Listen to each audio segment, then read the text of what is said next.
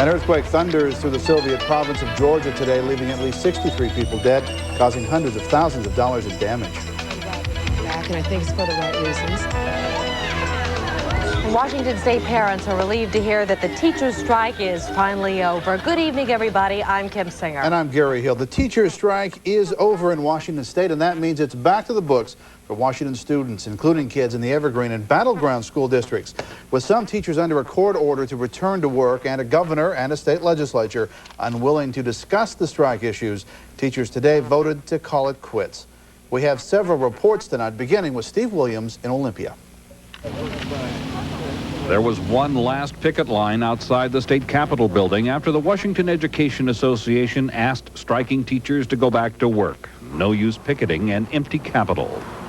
I'm ready to stay out, but I'm ready to work too. We like our summers also, but we like to teach our kids. The issue is still on the table. Nothing has been solved. The teachers have poured their hearts out. The union's ploy to promise to end the strike if the legislature went into an immediate special session failed. Governor Gardner demanded a cooling-off period until June 15th, and he won. Now, we view this not as a victory lost, but as a victory delayed. The issues that we have been bringing to the attention of the public will be addressed. Governor Gardner welcomed the end of the strike by saying he is not the bad guy, that he supports teachers' issues. Hurry to remind everyone, including yourself, that I've been singing this tune for 5 or 6 years, and that it was sometimes pretty lonely out there. And now we've had the chorus of the teachers who finally waded in and said, you know, the governor's right. He's been talking about the issues that are important to us. We need to support this effort, and that's what's happened. Teachers will now do strike-type activities after school. That may include picketing state senators and representatives where they live and work. Seattle teachers met today to discuss the fate of their strike after the Washington Education Association recommended that the strike should end. When the votes were all counted, the membership chose to go back to work. Many teachers, though, are unhappy about ending the strike without a clear victory. They say the issues that brought on the strike must still be resolved. Well, striking teachers in Clark County will return to their classrooms tomorrow as well. Teachers in the Evergreen School District made that decision just a few hours ago. Elliot Lewis came from their meeting tonight. He joins us now with the very latest details. Elliot? Well, Kim and Gary, leaders of the Evergreen Education Association say the vote was not unanimous, but was overwhelmingly in favor of going back to school in the morning. The 850 teachers in the Evergreen school system filed into this Vancouver middle school to take the strike vote, but at the same time, the Evergreen School Board met to discuss legal action should the strike continue. I am a very angry and irate parent. These teachers are playing hooky. Parents like Sharon Goots say they want the district to get a court order forcing the teachers back to work, regardless of what the teachers decide to do now. The teachers have lost my trust. If they vote to come back, I don't trust them to stay there. Tonight, the board authorized school administrators to haul the teachers into court should they walk out again. Teachers argue that they went on strike because they care about kids and say that's also why they're going back to work. I'm very glad to be going back to work. I'm anxious to be in my classroom tomorrow.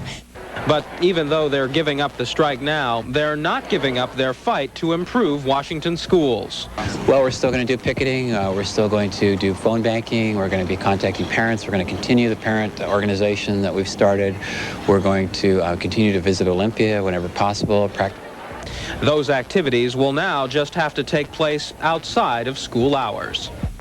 But in the meantime, Evergreen's 15,000 students will be going back to school tomorrow morning. Kim and Gary?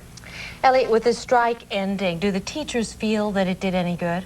They do. They say that this strike helped focus public attention on the education system and the class loads and the school supplies that they say were the big issue in this strike. And so by focusing the public attention on that, they do feel that it did some good. Well, with the teachers union telling teachers to go back to the classroom tomorrow, what was the point of tonight's board meeting?